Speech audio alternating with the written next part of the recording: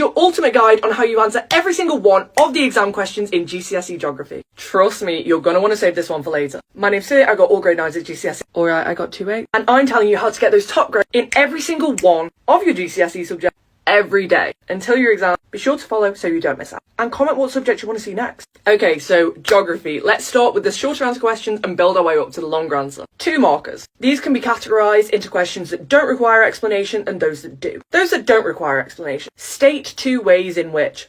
Very simple, you just write 2 ways in which something can happen. Requires explanation. Describe 1 way in which, Here you get 1 mark for the statement and then 1 mark for basically explaining how it happens. And then that second mark comes from developing your answer. Extend your answer, think the 3 E's. Extend, exemplify and explain. So why does something happen, or give an example of it happen, or describe it in more detail depending on the question. And the same holds for 3 markers. Now let's move on to the 4, 6 and 9 markers. This is a little bit challenging because they are usually level marks. Depending on example, you'll have like bands, so level 1, level 2. This is how you get into those top levels. So the number of points you have to make for each question is different. 4 markers, depending on the question, it's 1 or 2 developed points. Obviously not as developed as the 6 or 9 markers. For 6 markers, either 2 developed points or 3 at a push. 9 markers, it's recommended to have 3 developed points. What do I mean by developed points? Answers use the words of the question, giving specific detail and detailed explanation. Reference to real practices like case studies, use of geographical vocabulary and using technical words. Most importantly, the command word is directly addressed, or whether this is explain,